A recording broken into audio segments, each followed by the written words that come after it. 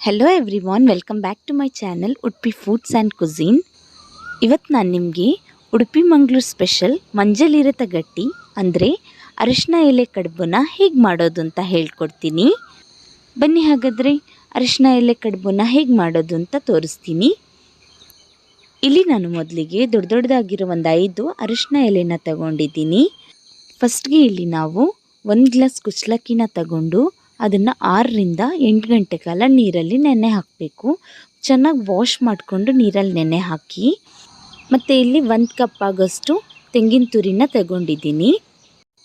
ಇವಾಗ ಇಲ್ಲೊಂದು ಗ್ರೈಂಡರ್ ಅಥವಾ ಮಿಕ್ಸರ್ಗೆ ನೆನೆ ಹಾಕಿರೋ ಅಕ್ಕಿ ಮತ್ತು 1 ಕಪ್ ತೆಂಗಿನ ತುರಿನ ಹಾಕೋಬೇಕು.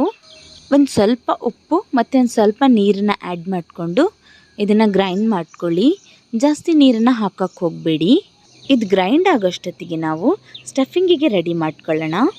ಇಲ್ಲೊಂದು ಫ್ರೈಯಿಂಗ್ ಪ್ಯಾನ್ನ ಇಟ್ಕೊಂಡು ಅದಕ್ಕೆ ನೀವು 3 ಟೇಬಲ್ ಸ್ಪೂನ್ನಷ್ಟು ಬಿಳಿ ಎಳ್ಳನ್ನು ಆ್ಯಡ್ ಮಾಡ್ಕೊಳ್ಳಿ. ನಂತರ ಇದನ್ನು ಫ್ರೈ ಮಾಡಿ. ಎಳ್ಳೇನಿದೆ ಇವಾಗ ಅದು ಪಟಪಟ ಅಂತ ಅನ್ನುತ್ತೆ. ಆವಾಗ ಇದನ್ನು ತಗೊಂಡು ಪ್ಲೇಟಿಗೆ ಹಾಕೋಬೇಕು. ನೋಡಿ, ಇದಾಗಿದೆ. ಇದನ್ನು ನಾನು ಪ್ಲೇಟಿಗೆ ಹಾಕೋತಾ ಇದ್ದೀನಿ. ಮತ್ತು ಇಲ್ಲಿ ಅರ್ಧ ತೆಂಗಿನಕಾಯಿನ ತಗೊಂಡು ಅದನ್ನು ಕೂಡ ತುರಿದ್ಬಿಟ್ಟು ಇಟ್ಕೊಂಡಿದ್ದೀನಿ. ಇವಾಗ ಇಲ್ಲೊಂದು ಬೌಲಿಗೆ ತೆಂಗಿನಕಾಯಿ ತುರಿನ ಮೊದಲು ಹಾಕ್ಕೊಳ್ಳಿ.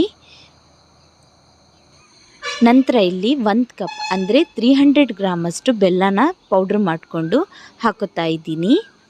ನಂತರ ಇದಕ್ಕೆ ಆವಾಗಲೇ ಹುರಿದಿಟ್ಕೊಂಡಿರೋ ಬಿಳಿ ಎಳ್ಳನ್ನು ಆ್ಯಡ್ ಮಾಡ್ಕೊಳ್ಳಿ. ಮತ್ತು ಇದಕ್ಕೊಂದು ಸ್ವಲ್ಪ ಏಲಕ್ಕಿ ಪುಡಿನ ಆ್ಯಡ್ ಮಾಡ್ಕೊಳ್ಳಿ. ನಂತರ ಇದನ್ನು ಚೆನ್ನಾಗಿ ಮಿಕ್ಸ್ ಮಾಡ್ಕೊಳ್ಳಿ. ನೋಡಿ, ಇವಾಗ ಇದೆಲ್ಲ ಚೆನ್ನಾಗಿ ಮಿಕ್ಸ್ ಆಗಿದೆ. ಇದನ್ನು ನಾವಿವಾಗ ಸೈಡಲ್ಲಿ ಇಟ್ಕೊಬಿಡೋಣ. ಇವಾಗ ಇಲ್ಲಿ ನೋಡ್ಬೋದು, ಗ್ರೈಂಡರಲ್ಲಿ ನಾನು ಆವಾಗಲೇ ಅಕ್ಕಿ ಮತ್ತು ಕಾಯಿನ ಹಾಕ್ಕೊಂಡಿದ್ದೆ. ಅದು ಕೂಡ ಚೆನ್ನಾಗಿ ಗ್ರೈಂಡ್ ಆಗಿದೆ. ಇವಾಗ ಇದನ್ನು ನಾವು ತೆಗೆದುಬಿಡೋಣ.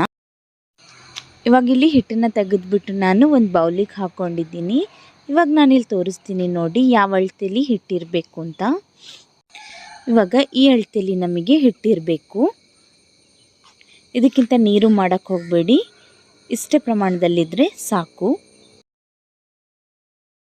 ಇವಾಗಿಲ್ಲಿ ಫಸ್ಟ್ ನಾವು ಇಡ್ಲಿ ಪಾತ್ರೆ ಅಥವಾ ಸ್ಟೀಮರ್ನ ತಗೊಂಡು ಅದಕ್ಕೆ ನೀರನ್ನು ಹಾಕ್ಕೊಂಡು ಕುದಿಯೋಕ್ಕೆ ಇಡಬೇಕು. ಈ ಥರ ಮೊದಲೇ ಯಾಕೆ ಇಟ್ಕೋಬೇಕು ಅಂತಂದರೆ ಅರಿಶಿನ ಎಲೆ ಇಟ್ಟ ತಕ್ಷಣ ಅದು ಅಲ್ಲಿಗೆ ಗಟ್ಟಿಯಾಗಿಬಿಡುತ್ತೆ.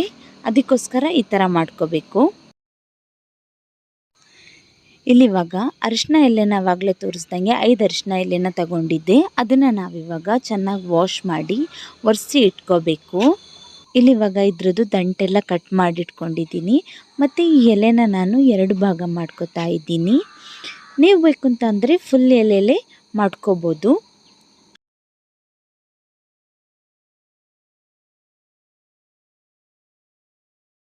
ಇವಾಗ ಮೊದಲಿಗೆ ಒಂದು ಎಲೆನ ತಗೊಂಡು ಸ್ವಲ್ಪ ಹಿಟ್ಟನ್ನು ತಗೊಂಡು ಈ ಥರ ಹಿಟ್ಟನ್ನು ಸ್ಪ್ರೆಡ್ ಮಾಡ್ತಾ ಹೋಗಿ. ಸ್ವಲ್ಪ ತೆಳುವೇ ಮಾಡಿ, ಜಾಸ್ತಿ ಹಿಟ್ಟು ತಗೊಳಕ್ಕೆ ಹೋಗಬೇಡಿ.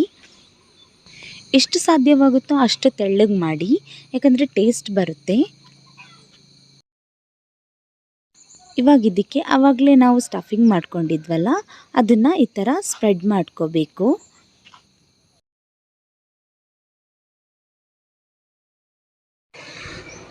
ನಂತರ ಇದರ ಮೂಲೆ ನೀವು ಈ ಥರ ಜಾಯಿಂಟ್ ಮಾಡ್ಕೊಳ್ಳಿ.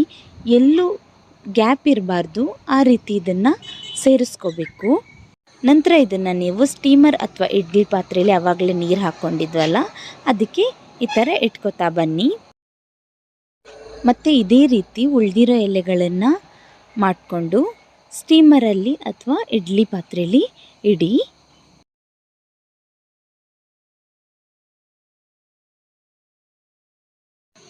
ನೋಡಿ, ಇಲ್ಲಿ ಎಲ್ಲ ಎಲೆನೂ ಈ ಥರ ನೀಟಾಗಿ ಜೋಡಿಸ್ಕೊಂಡು ಇದನ್ನು ನಾವಿವಾಗ 20ರಿಂದ 25 ನಿಮಿಷ ಬೇಯಿಸ್ಕೋಬೇಕು.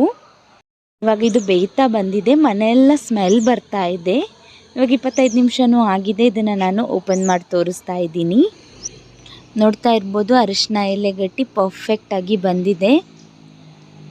ನೀವು ಕೂಡ ಮಾಡಿ ಮತ್ತು ನನಗೆ ಫೀಡ್ಬ್ಯಾಕ್ ಕೊಡಿ. ರೆಸಿಪಿ ಇಷ್ಟ ಆಗಿದ್ದರೆ ಒಂದು ಲೈಕ್ ಮಾಡಿ, ಹಾಗೆ ಸಬ್ಸ್ಕ್ರೈಬ್ ಮಾಡೋದನ್ನು ಮರಿಬೇಡಿ. ಮತ್ತು ನಿಮ್ಮ ಫ್ಯಾಮಿಲಿ ಫ್ರೆಂಡ್ಸ್ಗೆ ಎಲ್ಲ ಶೇರ್ ಮಾಡಿ. Thank you for watching.